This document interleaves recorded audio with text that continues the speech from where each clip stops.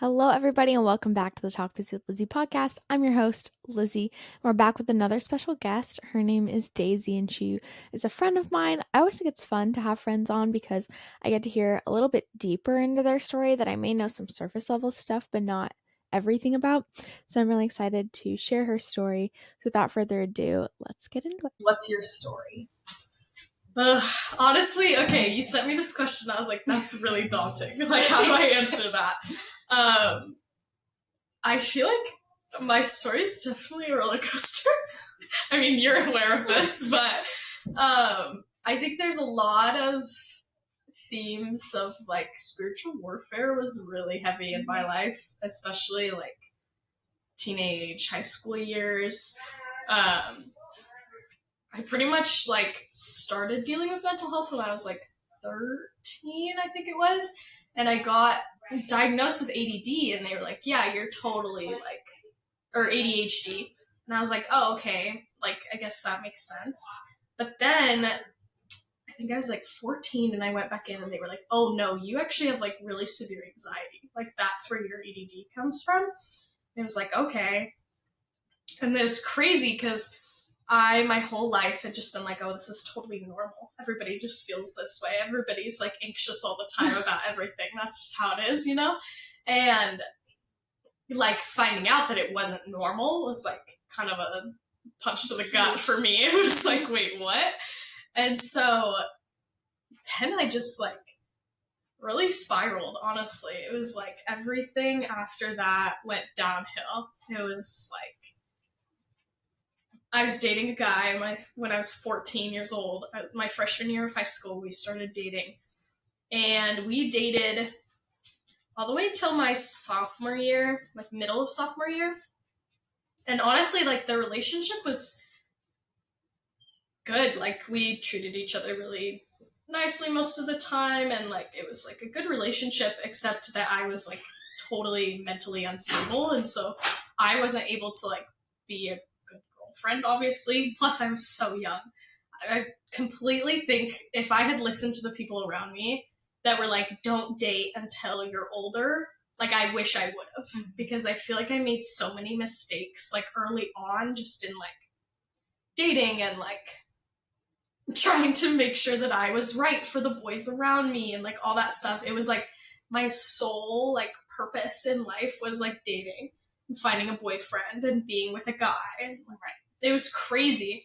But then having that like mixed on with all of the like mental health stuff, it was like, okay, I'm trying to find my identity in these guys and what they think of me, but then I'm not like focusing on what the Lord thinks of me at all. Like it was like that was not in my mind. It was crazy, like not in my wheelhouse at all. And I think the craziest thing about it all was just that like I shoved the Lord out. Like it was like the second I'd started dealing with mental health, it was like, oh, I have to figure this out on my own. Like, Jesus, you don't get a piece in this. Like, I'm going to figure it out. And so I just like shoved him out. And then I started like dealing with self-harm and like I started doing like drinking alcohol at like age 15, 16. And it was like crazy. And everybody in my life was so concerned. They were all like, you need to like really lean in the Lord. You need to like get right with the Lord and like do all these things to kind of like push your future forward. Because at that point I was like, oh no, I'm not going to have a future. Like I was completely convinced that I was going to take my own life. And that was how like I viewed everything. It was like, oh, I'm in this relationship, I'm dating this guy, but I could be dead in a month, so who cares, like, how it ends up. Oh, I'm in a friendship with this girl and we're fighting, but I don't really care enough to fix it because I'm just probably going to take my own life in a month. And it was like, that was how I processed everything that came through for so long. And then, yeah, it's crazy. I think I was like 15 and a half, and I tried. I was like, okay, I'm done. I'm tired. I can't do this anymore. And so I like tried to commit, and obviously it didn't work, but it was crazy. It was like a blackout experience. Like, I don't even remember it, really.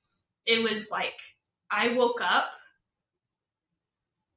10 hours later or something, and like, I didn't even remember, like, I had done anything. But then when I went into my, like, bathroom, it was like, oh, what the heck happened in here? Like, it was very much like crime scene vibes. Like, it was like, whoa, like, what did you do?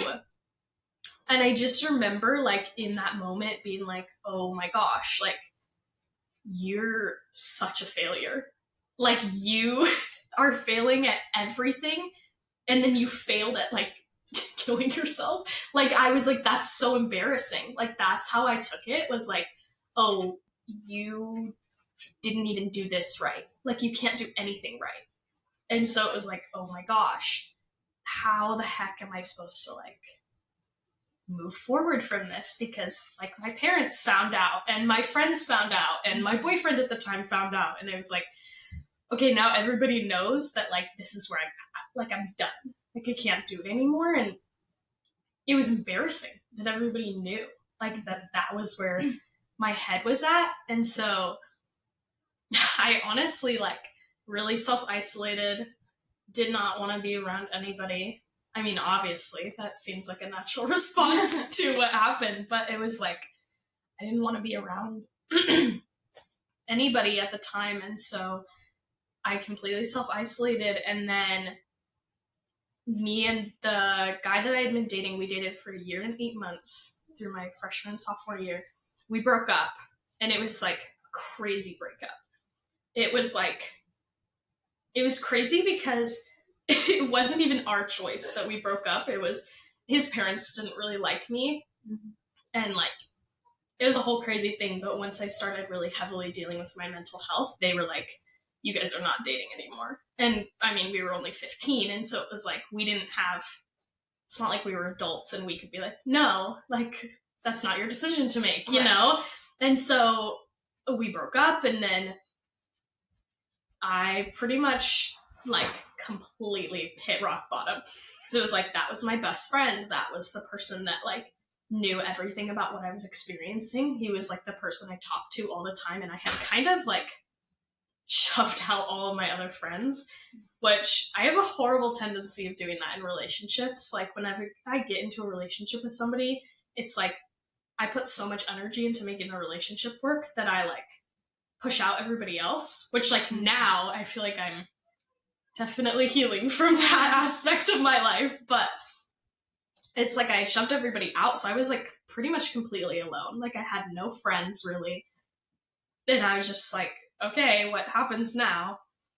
And then me and Nick became really good friends and met everybody here, and me and Andrew started dating, and it was just crazy because it was like, pretty much right off the bat, like, I got into another relationship. And it was like, I mean, there was a couple months, but it was like, got right back into another relationship, and obviously nothing had been fixed because I didn't deal with any of my issues. And so it was like, okay, I'm in this relationship now, I'm still self-harming, I'm still wanting to, like, die, like, all this stuff that was just so, like, heavy on me. And it was then obviously heavy on the person I'm dating, because they're like, oh, I love you, I care about you, but you don't even, like, want to be here anymore. Like, how does that relationship dynamic work? You know, it's so hard. And there was just honestly so many things. And it was like, I started dealing with an eating disorder at that same time. And so it was like, okay, I'm not eating any food. I hate the way I look. And then that just was another thing added onto the pile of, like, why am I still here? Why am I still doing this? You know? And so then I, like, had what they called, like, a psychotic break, which was crazy. And looking back on it now with, like, the knowledge that I have and, like, what I've learned about mental health, like, what happened, it wasn't, I mean, from their eyes, it looked like a psychotic break, but from the eyes of somebody who, like, believes in spiritual warfare, like it was 100% the enemy, just like totally taking over everything.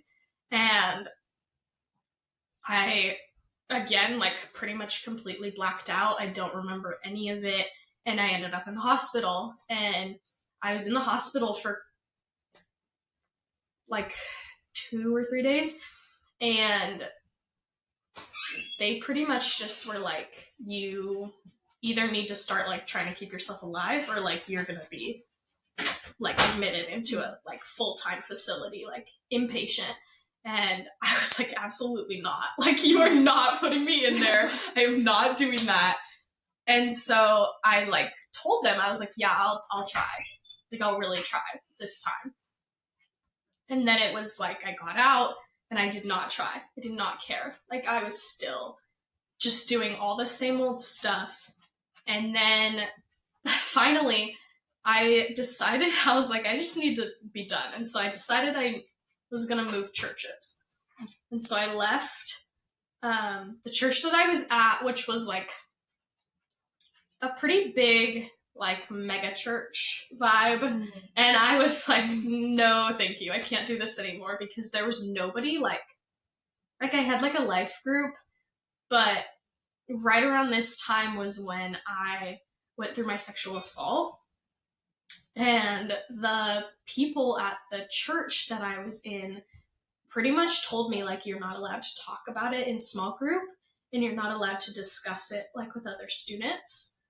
And so I was like, okay, like, there goes my whole community. I can't talk about this at all with anybody.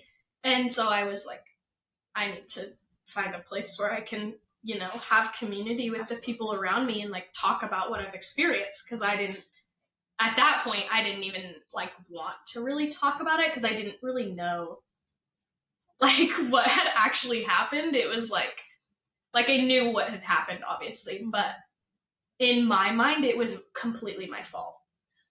Yeah. Which, like most women, yeah, so many women, it's so sad.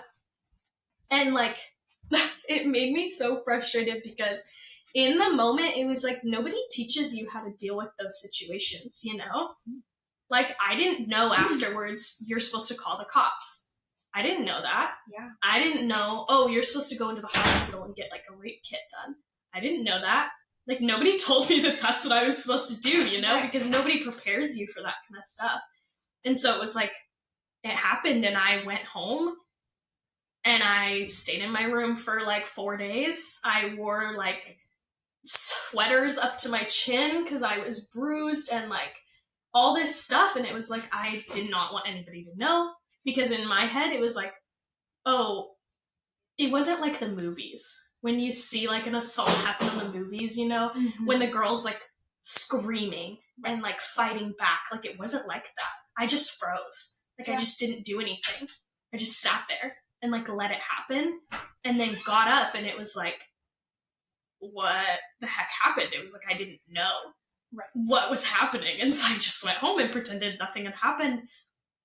And my parents were like, what is going on with you? You know, they were like, why are you in your room? Why are you refusing to come out? And I was like, I'm not going to school. I'm not doing anything. And my parents were like, something is really wrong with her. That's when they started realizing, was because I just didn't want to go anywhere. Like, I didn't want to go to school. I didn't want to see anybody. And so it was like, okay, here we are. And obviously, nobody teaches parents how to deal with that either. Right. Like, nobody teaches your parents, hey, this is what happens when your daughter gets sexually assaulted. Like, here's what you're supposed to do. Nobody teaches you that. And so my parents, like, had no idea what they were supposed to do. And they didn't even know that that was what had happened until, like, probably a month later. I finally caved and told them. But it was, like, it was horrible, because I went to school with the person, and I saw them every day, and it was, like, obviously I did not converse with the person, but then it was, like, all my friends were like, what happened? What happened? Like, you guys were friends, and now you're not. Like, what happened there? And everybody's asking me, and I I was just like, oh, nothing. Like, it's fine. Because in my head, it was like, oh, if I tell people, like, they're going to be like, well, you're stupid. Like, why would you do that? Why would you let that happen to you, sort of thing? And like, oh, it's your fault. Like, you didn't fight. You didn't, like, scream at him. Yeah. And it was like, okay. And so I just shut up and didn't say anything to anybody. And then one day he, like, tried to talk to me, and I ended up going to my school counselor, and I sat in her office and I just cried for like 3 hours. And she was like, okay, what is wrong? Like, obviously she's like, okay, this chick came in here, she's sobbing, but she won't tell me why. Comes in and I'm just crying. Finally, she gets it out of me. And so she immediately calls the police, which I'm like, wow, if I would have thought of like, oh, that's what you're supposed to do, like, everything that would have been so much easier. But, like, you don't get told that's what you're supposed to do, and so I didn't know. And again, and the feeling of, like, it's your fault. Yes, exactly. You don't want to call the cops. Yeah, 100%. It, like, almost felt like a crime. Like, I had committed a crime. Yeah. Like, it was like, oh, you've done something so, like, shameful that you can't tell anybody. Like, you just need to pretend it didn't happen and shut up. Yeah, and I think, sorry, not to, like, cut you off. No, please do. But also just with, like, purity culture and the aspect of, like, they're not, one thing, the biggest issue I have with purity culture is it's not an aspect of trying to actually be pure. It's, they put a focus on your virginity. Yeah, 100%. And so it's like, if that gets stolen from you, you are still seeing it as it's your fault because now that's gone, and not like, well, someone stole that from me. Yeah, you know. And I mean, personally, I think if something happens and it wasn't you, you're still a virgin. You're still, like, I wouldn't count. I just want, like, that's something I've always tried to say is like, if that was taken from you and you didn't give it, it's like. Again, I don't want to put a huge emphasis on being a virgin or anything like that, because I think that just does more harm than good. But one thing that really, with stuff I went through, was like, oh, like, it's just gone and I didn't get to give it away. And that's not where the focus should be. And so, if that's something to put your focus on, I just like would want people to know that I don't think that if you were raped that your virginity's gone. Like, you can still count yourself. I don't know. If that's important to you, you can still count yourself. Yeah, I think, honestly, okay. It was really hard because I had like, sexual relations with a boy in the past. Mm-hmm. And that was, like, obviously a really big mistake, and I wasn't following the Lord like, very closely at that time. And so obviously, like, I've repented for that, and like, the Lord and I are on great terms now. But it was like, my instant fear was like, oh my gosh, what if I'm pregnant? Right. I remember us talking about this. Like, what if I have this guy's kid? And it was like, oh my gosh, like, nobody's gonna believe me. Like, oh, you're pregnant. Obviously, you're gonna make up the excuse that it was sexual assault because you don't want to be a pregnant 16-year-old, you know? Mm-hmm. Like, okay, that was my fear. I was like, oh my gosh, what if I'm pregnant? And so my parents obviously found out because they called the cops and everything, and they were like, why would you not tell us, and blah, blah, blah. And I was just like, I was so embarrassed. Like, I was filled with so much shame. I didn't know how I was supposed to, like, function, how I was supposed to explain to people what had happened. And so I just clammed up. But then they told the police, obviously, and then there was a court case, and it was this whole huge thing, and people in my school found out, and it was like, it was just so horrible. And then I remember being called into my principal's office, And he's like, I heard what happened. Like, let's talk about it. And one of the first questions he asked me, he was like, are you pregnant? And I was like, I was so mad. I remember walking out of that office so mad because I was like, you have the audacity for that to be the first thing you ask me? Like, you're not going to be like, hey, are you okay? And, like, obviously, I went to a private Christian school. And so it was like, okay, like, that's all they were thinking about was, are we going to have to deal with a pregnant kid? Are we going to have to deal with, like, a pregnancy scandal? Are we going to have to deal with all this stuff? And I'm sitting there like, hello? Yeah. Like, I'm a person. Ask me if I'm okay. Yeah. You know? And so it was like, I remember being so mad. As you should be. And I went home and I told my parents, and they were like, wow, that's really horrible. But then my mom was like, I mean, she was like, I wasn't going to say it, but it is a valid question. Like, we do need to probably figure that out. And so I was like, okay. And so we ended up, like, taking pregnancy tests and crazy stuff. But I wasn't pregnant, thankfully. Mm-hmm. But it was terrifying. So I was like, oh my gosh, if I have this kid, like, you know, there's going to be so much pressure from everybody on what decision I'm supposed to make, you know? And, like, obviously for me, I know for a fact I would never, like, have an abortion or anything like that. Like, I personally, obviously because of my beliefs, would not do that. But there was a piece of me, like, during that period of time that was like, if I'm pregnant, I'm not having this kid. Like, it was like, I can't bring a kid into the world under this circumstance. Mm-hmm. Like, I don't want to have their story be, oh yeah, my mom was sexually assaulted and that's why I'm here. But then, like, obviously now looking back on it, it's like, okay, that kid, their life was valid either way. Like, you have no right to decide how they come in or how, like, that happens. And obviously it's a really horrible situation, but I do think if I had been, the Lord obviously would have used it in a, like, crazy and miraculous way. But I mean, it was so scary. Yeah. Well, and I think also that it's just a valid, in the culture we live in, it is a valid response to have, to think that way. Yeah.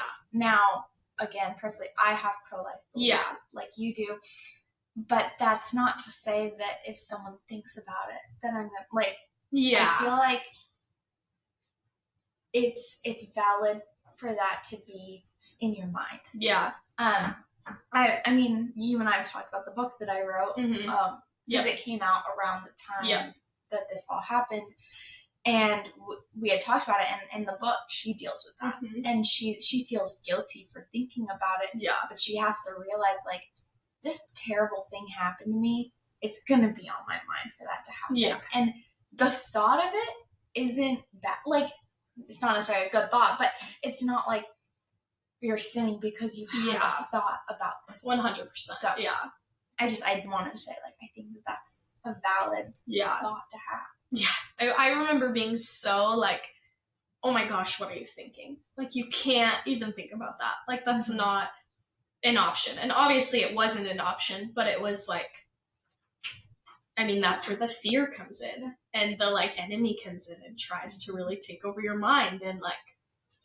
I mean, he used so many things to really get in my mind during that time. And it was like, okay, like, I don't know what I'm supposed to do here. And then, I mean, on top of that all, like, I'm still dealing with an eating disorder. I'm still, like, self-harming. I'm still, like, thinking about suicide and, like, all this stuff. And so it was like, what the heck? Like, how am I supposed to function like a normal person? And then to me, it was like everything I know has been stripped away. And there was only a couple of people that really, like, actually stood by me during the whole process. Cause it was like, I had friends that were like, this is just too much.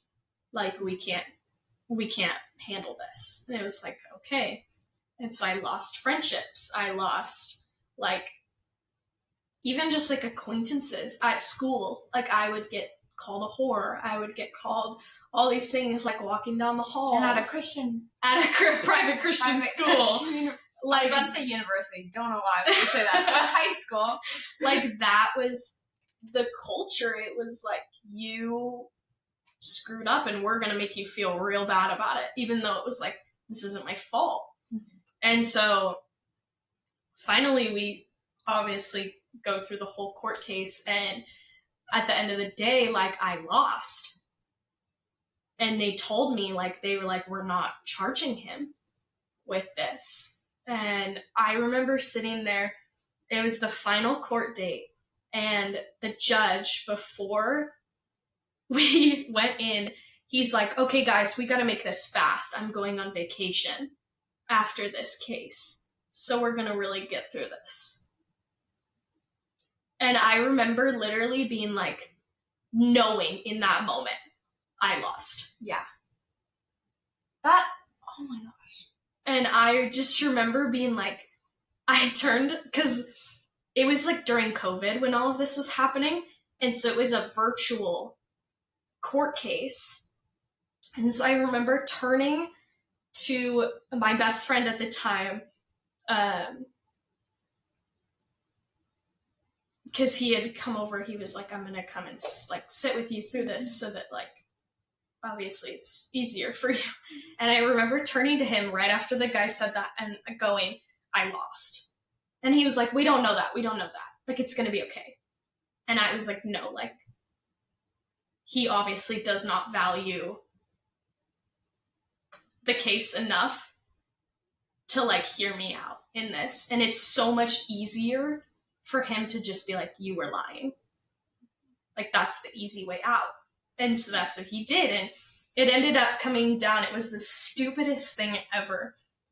His whole reason for not charging him was because months before the assault, I had texted the guy telling him that I had gotten my period.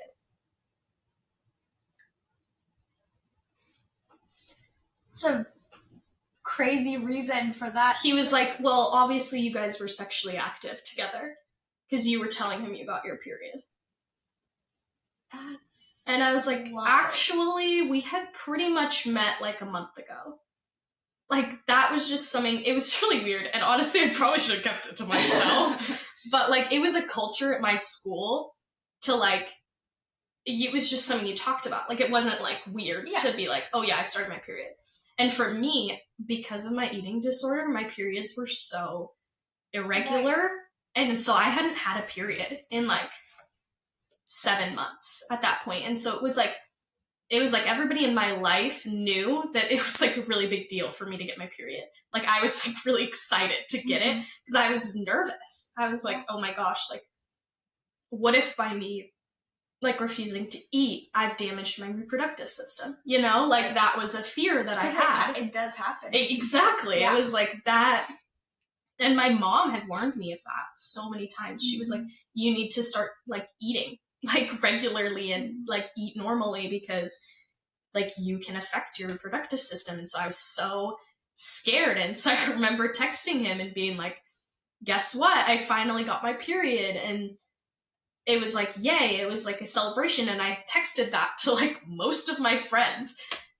And that was what they used to tell me that I was lying. And I was like, they didn't look at the timestamps on the text messages. It was months before the assault. They didn't look at any of like the evidence that I had submitted. Nothing. They didn't read any of the like declarations that my family members and friends had written. Like, nothing like that. He was just like, okay, here's this one piece of evidence that they submitted. So obviously. And that's crazy that they submitted that too. Like, oh, 100%. I was like, for real? Like, it was nuts. And that, like, honestly, the whole thing, like, totally broke my, like, view on justice. Yeah. Because I was like, there's no justice. Like, that doesn't exist anymore. And I remember being so angry with God. Yeah.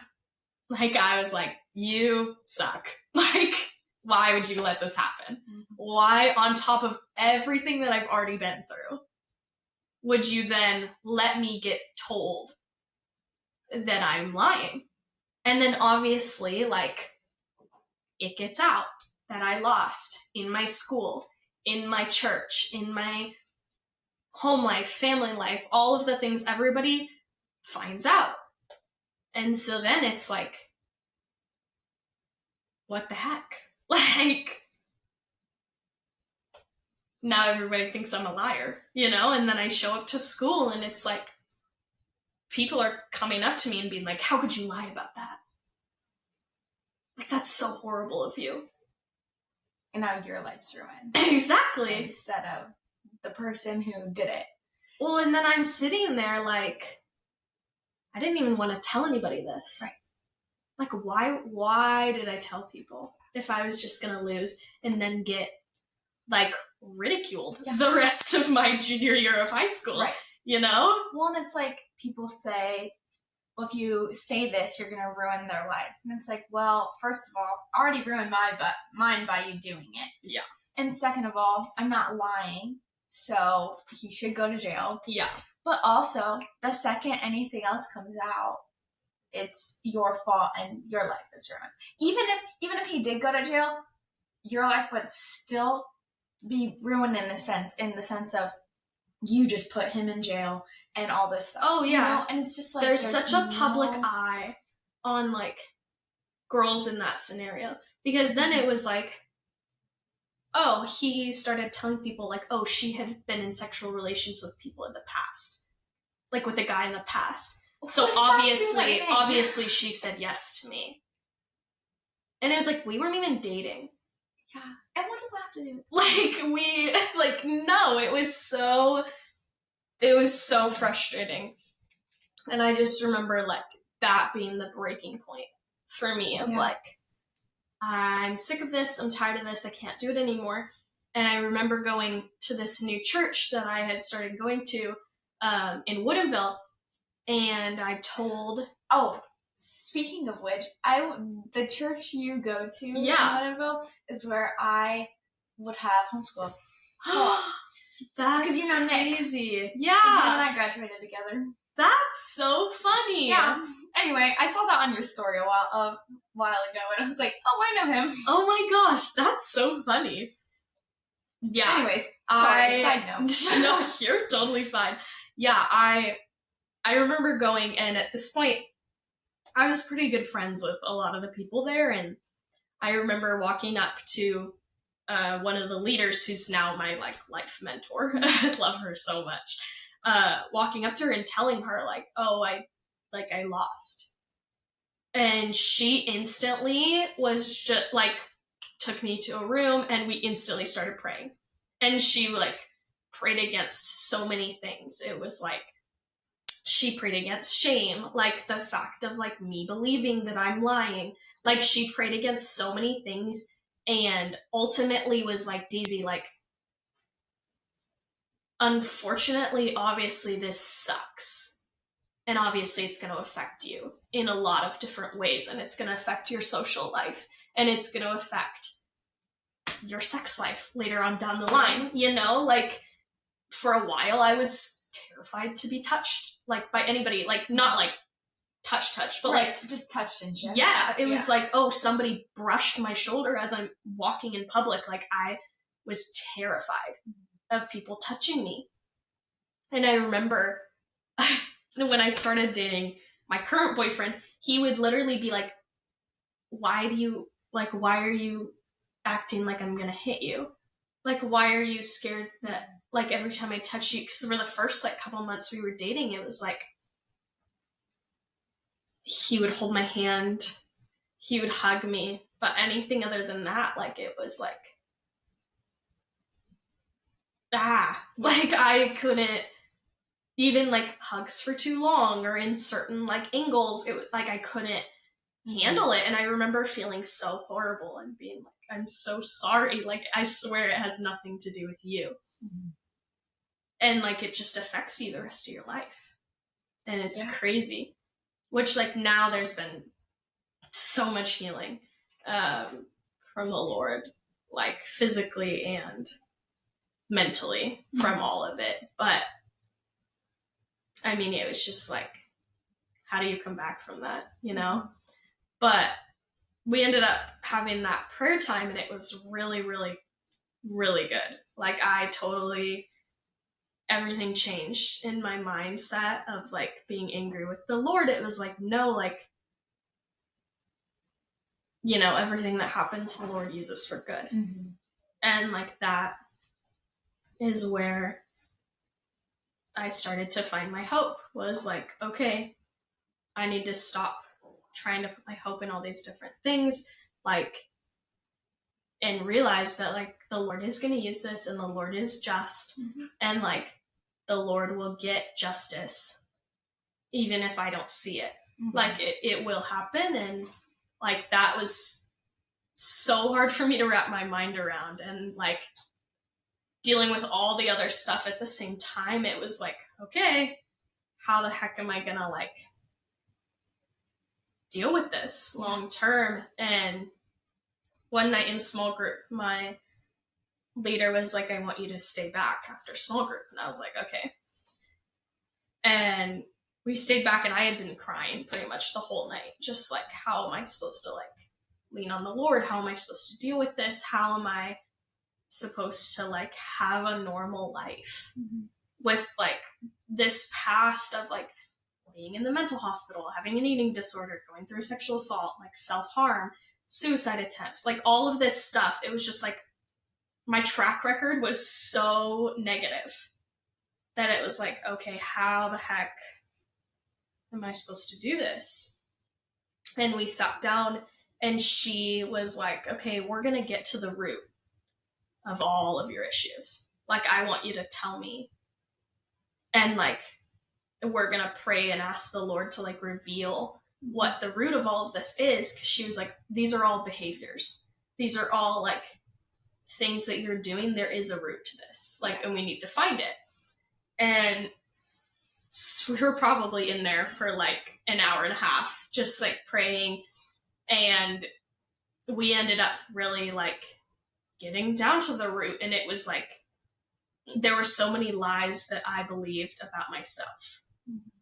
Like, one of them being that like, I was going to take my own life, whether it was like when I was 18, whether it was when I was 45, like I was going to be the one to decide when I was going to die.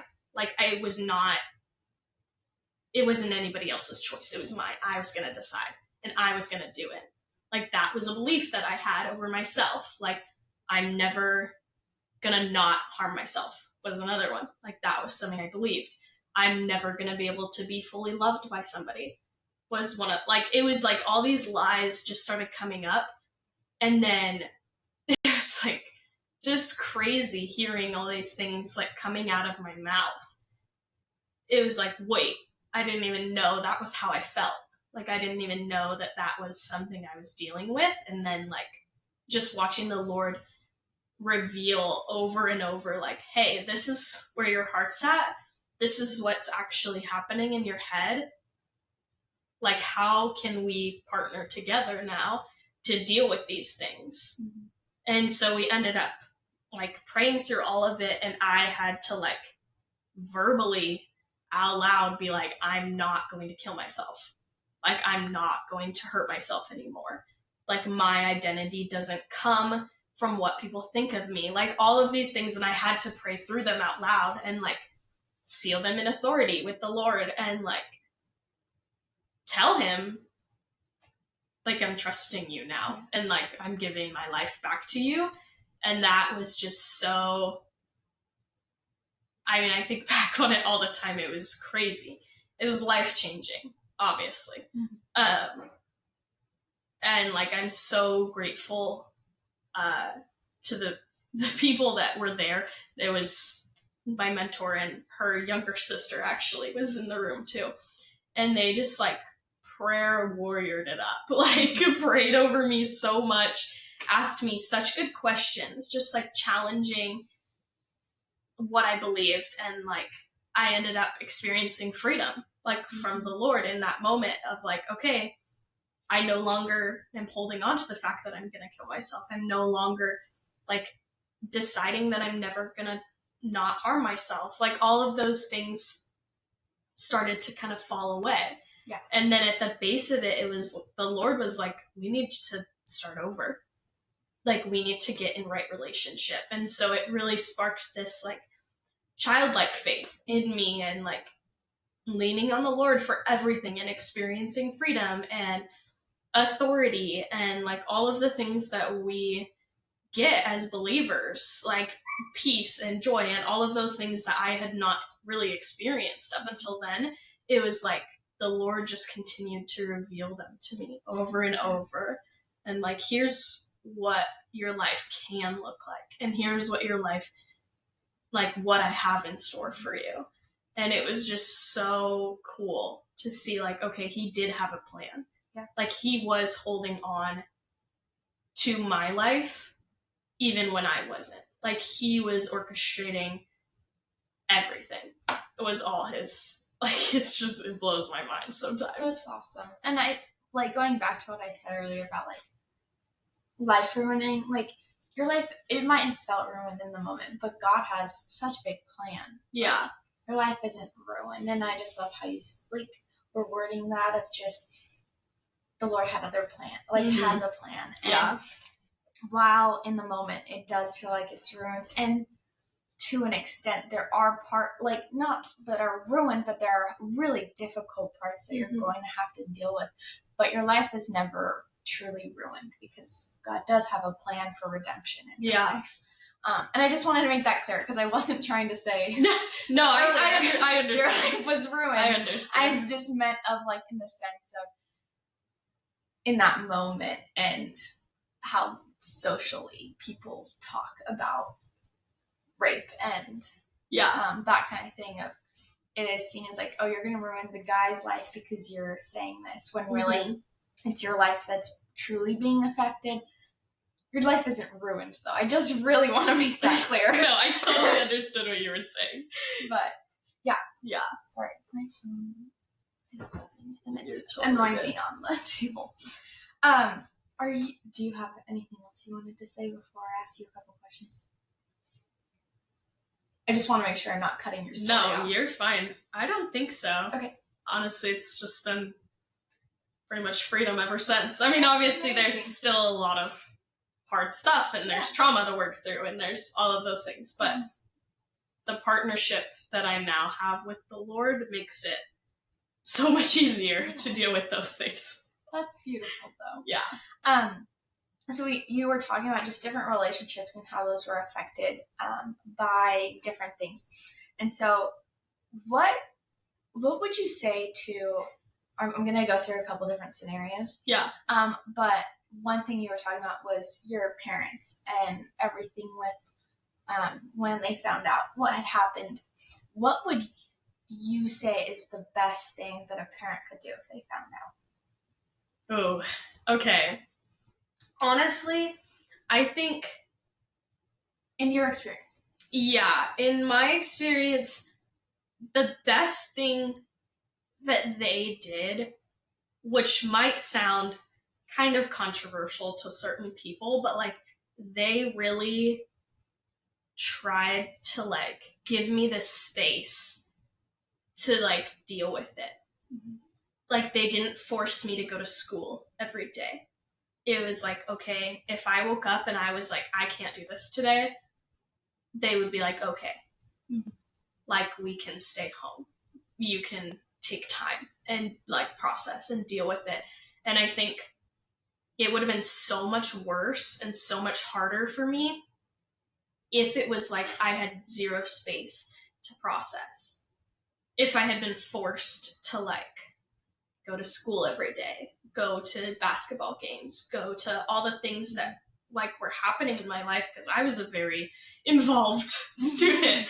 I mean, I did everything from choir and drama to cheer and other sports and all sorts of stuff that I was involved in. And they really gave me like space and choices in like, okay, obviously they're parents, and so they were like, you still need to go to school, but like it wasn't every single day you have to be there. And if I had days that was like, hey, something happened at school, can I go home? like they would let me go home and things like that I think like just really impacted the way that I processed things with like being able to have space. And then in that space, they would push me towards the Lord. And it was like, okay, if you're going to stay home from school, like we're going to spend time praying over you. We're going to like give you space to process and give you Bible verses to read. We're going to give you worship music to listen to. We're going to give you like resources so that you can lean into the Lord in this. That's really beautiful.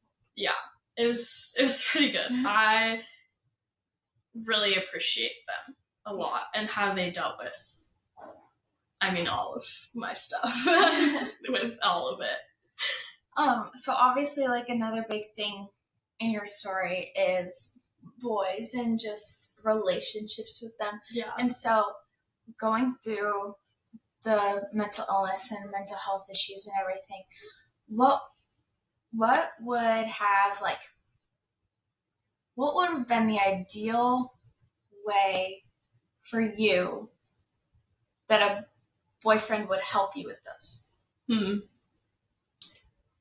Does that make sense? Yeah, that's a really hard question. I think it's really actually kind of sad to me the way that like a lot of things happened in a lot of my relationships. Because I mean, I had like 3 serious boyfriends in high school. And the first one was when I started dealing with all my mental health issues. Like he was there for the beginning of it all. And I mean, he was so supportive, so like calling me when I was breaking down, like all of those things. And I really appreciated it a lot, but I also then relied on him to like fix it. Right. It was like, oh, I would have a mental breakdown, and if he wasn't able to call me, I was not okay. Like I wouldn't be able to work through the breakdown unless he was there with me. Gotcha. And so it kind of became this like crutch of like, okay, I need you to be able to fix what's going on. And it became unhealthy and obviously kind of like toxic because I put so much of an emphasis on like, you're gonna help me. You're gonna like walk through this with me. And then in my second relationship, it was pretty similar. It was like, oh, I'm self-harming. Can you come help me? Can you sit with me? I mean, at one point, my second boyfriend like helped me go through my house and like take out everything that I could have used to like hurt myself, like things like that, where like I just very much leaned on them a lot. And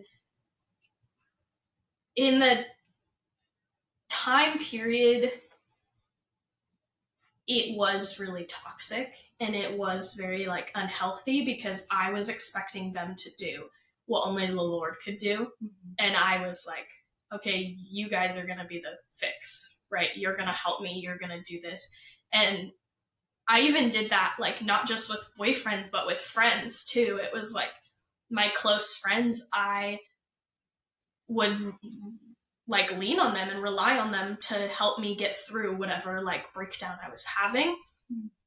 And then in my last relationship, before my current boyfriend, I really feel really sad about that relationship because I feel like just with all of my past like trauma, it really brought out the worst of me in that relationship. And like, honestly, I think it brought out the worst in both of us because neither of us knew how we were supposed to function in the relationship because I was still like so all over the place and I was starting to experience freedom in this relationship and like with the Lord during the time of this relationship. But there was still so much that like I would try to rely on him. And he also had been like my best friend all through high school. He was one of the people that was in the court case with me, like there. And so he was kind of there through all of it in each relationship. And so there was all of this like past, even when we were just really good friends, I would rely on him. And so then it started to bring this weird dynamic into the relationship where it was like, I sort of saw him as like a like savior. And then he almost kind of started to see himself in that way too. And so then it was just really like toxic the way we gelled. But all that being said, I think now, like dealing with, obviously my current boyfriend wasn't in like the really thick of it, but one of the things that I appreciate so much about him and the way that he supports me is like he's consistently pushing me towards the Lord. Like, okay, you're breaking down, let's pray. Like, let's pray through it. And like we have had to go through the challenge of like, we can't, obviously I'm not going to be able to deal with this by myself. And so I do need the Lord to like come in and partner with me in this, because there's no way for me to do it by myself. And so, yeah, I think being supportive in whatever way I needed during the time, like I really appreciated that they all were really supportive. I just wish that I had been healthier. So that those relationships could have been a lot healthier, or like ended in healthier ways too. And like all of the things, because I feel like I was so like all over the place that it was like I wasn't capable of like having a relationship with somebody that was healthy and stable, because I was so like all over the place that they were constantly having to like almost like catch up with me and like try to like help me through it. But yeah, I think pushing me towards the Lord is the best way to deal with it. Yeah, obviously. And then just like being supportive, being there, being like able to answer the phone if I needed help. Different things like that, because there were a lot of things where it was like it was just worse for me to sit by myself. And so even just having somebody on the phone or playing video games with somebody, like whatever it was, that really helped. Yeah, absolutely. And I think I really like that you kind of showed that balance of being there, but also not like obviously you did in the past, but recognizing that you shouldn't be leaning on them so much that they're a crutch and you have to have them there. Yeah. Because I think that that's where a lot of issues come into play. And I've known friends and like read things and stuff where, you know, mental health issues do cause lots of divides in relationships. Yeah, and 100%. Sometimes for good reason, and sometimes like meaning it makes sense, and sometimes it's just neither of them mesh, and so it's just not gonna work. It really depends, but I think it's important to have that balance of recognizing, you know, as a partner you need to be there, but also being like, okay, but I can't be your savior. Yeah, 100%. So, I think that's really cool that you recognize that.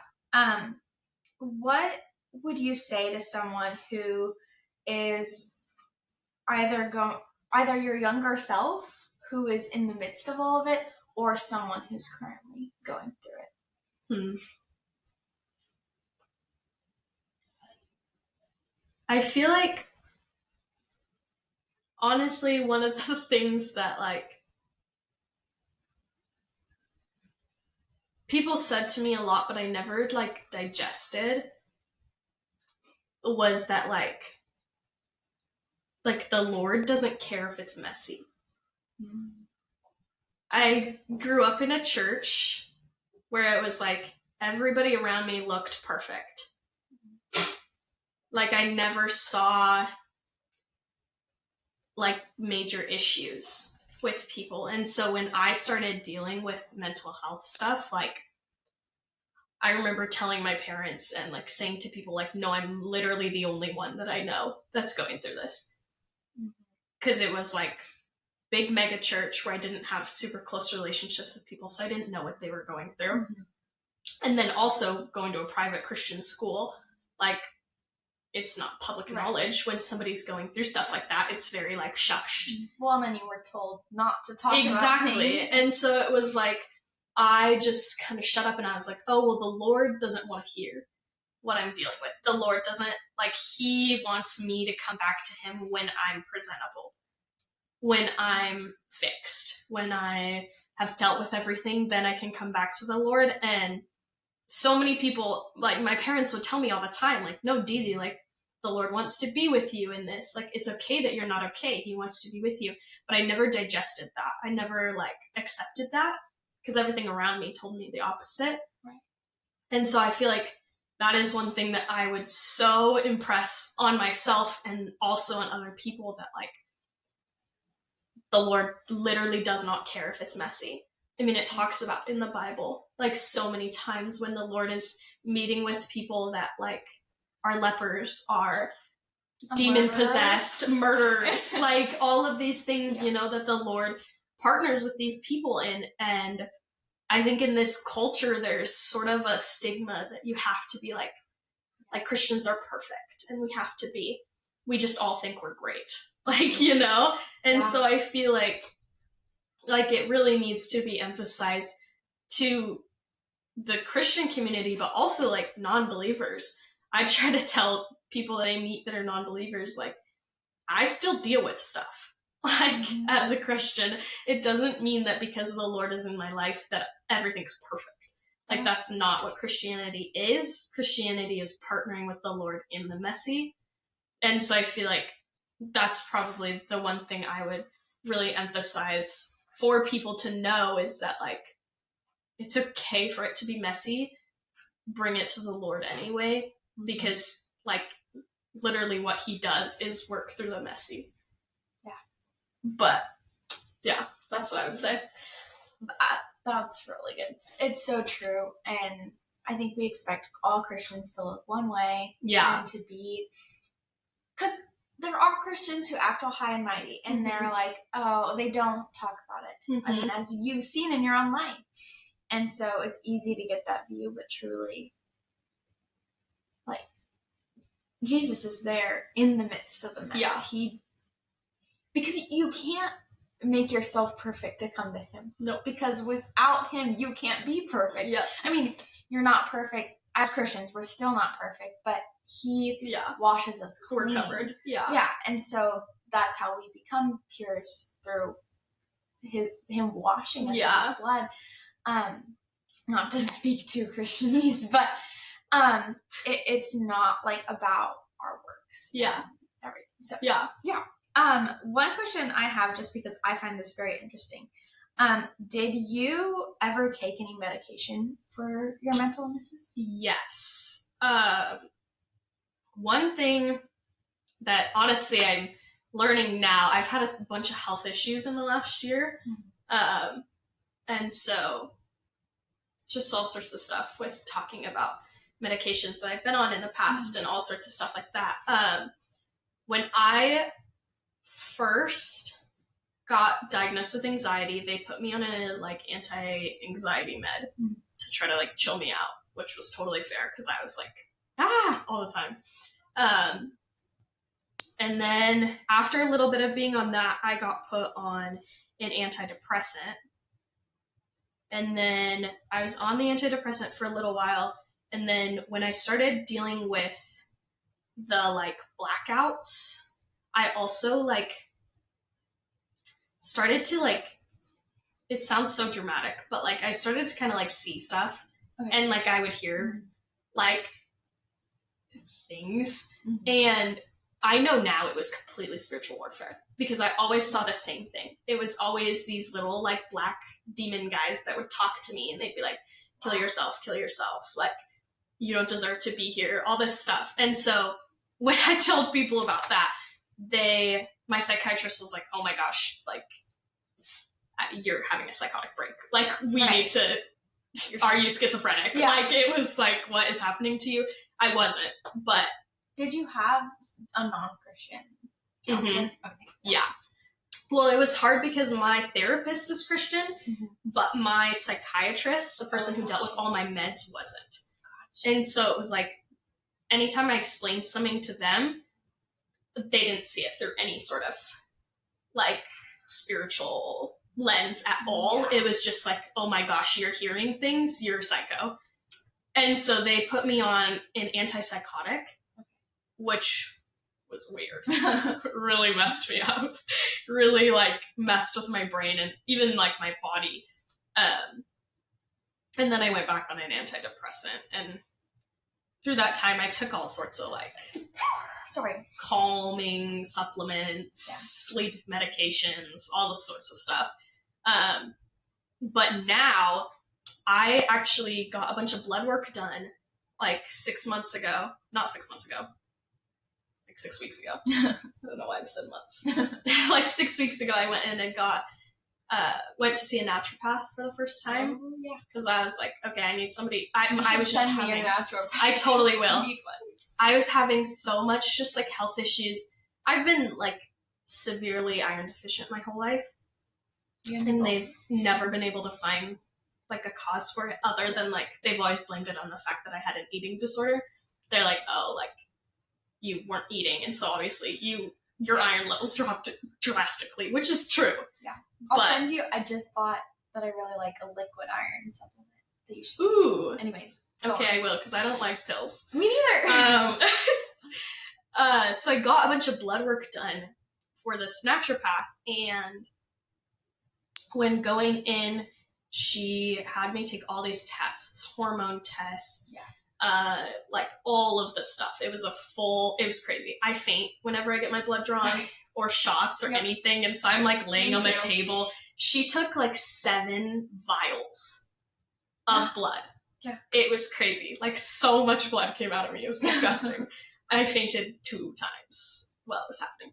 It was horrible. No.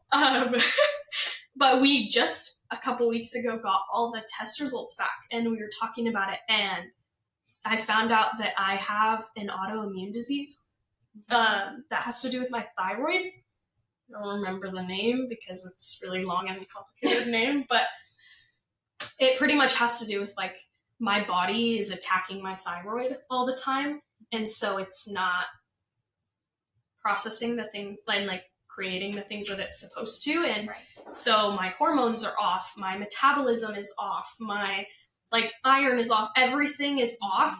And they told me, oh, if your doctors, when you had first started dealing with mental health, if they had like blood tested you, they would have seen that your hormones are so off that like that was probably a huge contributor to all of the like mood stuff you were dealing with. Because the hormone that I am like missing is the hormone that deals with mood control and feelings and all of those stuff. And so they were like, if they would have tested you for that and like put you on medication to help with that disease that you have, it probably would have made a total difference in like what was going on like with your brain chemistry, which is crazy to think about.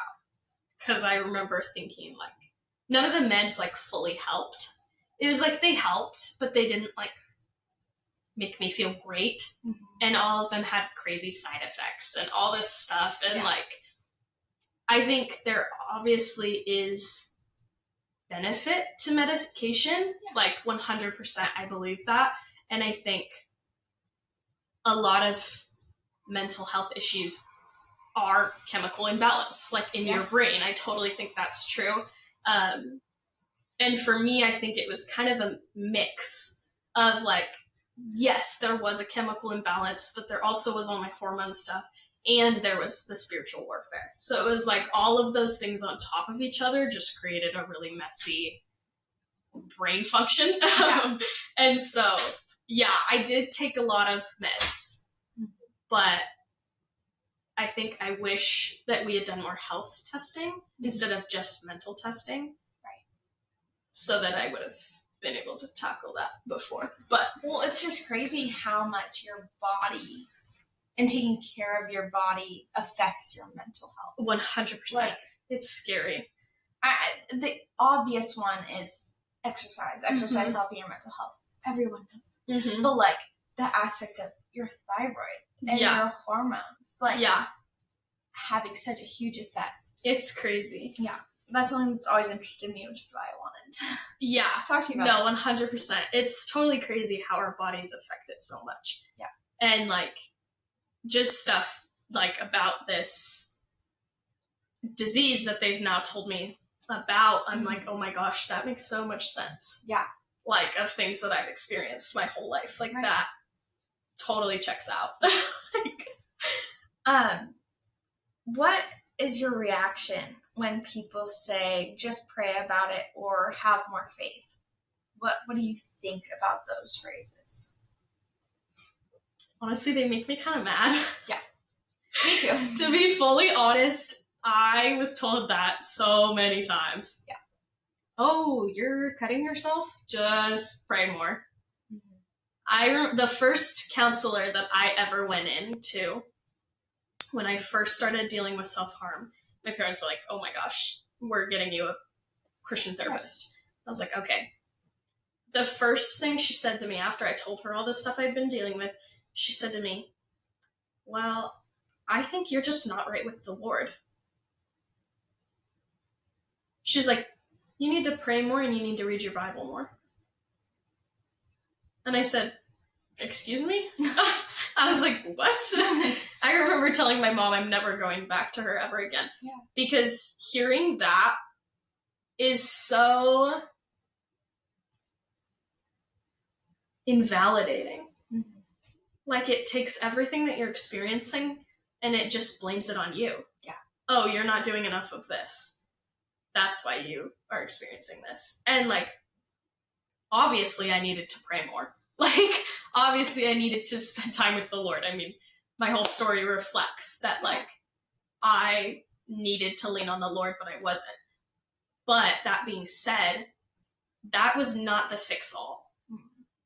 Like, me praying more and me just trusting the Lord. Like, obviously it's great to trust the Lord, but it doesn't fix everything. It's not the snap of a finger and it's all going to be gone when you just say, okay, Jesus, I trust you. Well, and you can trust him and still be dealing with this stuff severely. 100%. Like, yeah. And that's how it is, like, now, later in my life. I mean, getting diagnosed with a disease, I'm like, okay, that's really heavy. They told me it affects my fertility, it affects pregnancy, like, all this stuff. Like, I'm now taking a bunch of medications for this disease, but, like, I trust the Lord, and so I know that it's going to be okay, but that doesn't mean I'm not dealing with it. Exactly. That doesn't mean that, oh, well, you're healed because you trust the Lord. Yeah. So now you don't have any problems ever. Like, that's not how it works. That's not how it works. And I think people use those statements as such a cop-out. Yeah. Like, it's almost ridiculous. I agree. How many times... I remember telling somebody, I was like, oh yeah, I lost the court case. And they were like, just have faith in Jesus. Just have faith. He's going to work it out. And I was like, okay. Like, thanks. Yes, obviously. So helpful. I'm going to, like, have my faith in Jesus, but also, like... Yeah. Well, how about, as a friend, you reflect Jesus by walking with literally. I'm like, okay. Yeah. My last question I ask everybody is, how can we be praying for you? Ooh. I think right now there's probably two things that are kind of like the biggest. One of them being this whole new diagnosis with my health issues and everything. Just trying to figure out, like, what works. I'm taking a bunch of different pills and medications now, and I'm really bad with pills. Like, really bad. It's really hard for me to get them down. And so I'm taking 7 pills at night and 4 in the morning every day. And it's like I start and end my day, like, gagging, like feeling like I'm throwing up. That's a terrible way. It's really horrible. Yeah. So honestly, just like prayer that we can figure out ways for me to get the medication and the supplement and all the stuff that I need that will not make me feel like I'm dying every day. Yeah. But also just like, there's a lot of, I've noticed like guilt coming up. Because one of the reasons that like this disease is so prevalent in me is because I had an eating disorder. It really like amped up the disease and like caused it to be way worse. So now it like affects pretty much every area of my life, which if I had been taking care of my body like I was supposed to be, it would not be nearly as bad. And so there's been a lot of guilt kind of in my mind of like, oh, if you had done this right, like you would be better off now. And so just prayer against that. And I've been spending a lot of time praying through that. And then also just a lot of like, not like, this sounds so stupid, but like life, like questions. Yeah. I've just been having so many like moments of reflection and like times where I'm sitting there and I'm like, I don't know what's happening. Like I'm confused. I don't know where I'm supposed to be. I don't know what I'm supposed to do. I don't know all these things. And like a lot of it has gotten kind of sorted out. Like I started going to school for what I want to do and like all of this stuff that is really good. But I almost have this like, it's not imposter syndrome, but it's like, oh, like you're not doing what you're supposed to be doing. You're not who you're supposed to be. Like that is something that really heavily like the enemy uses to trick my mind. Yeah.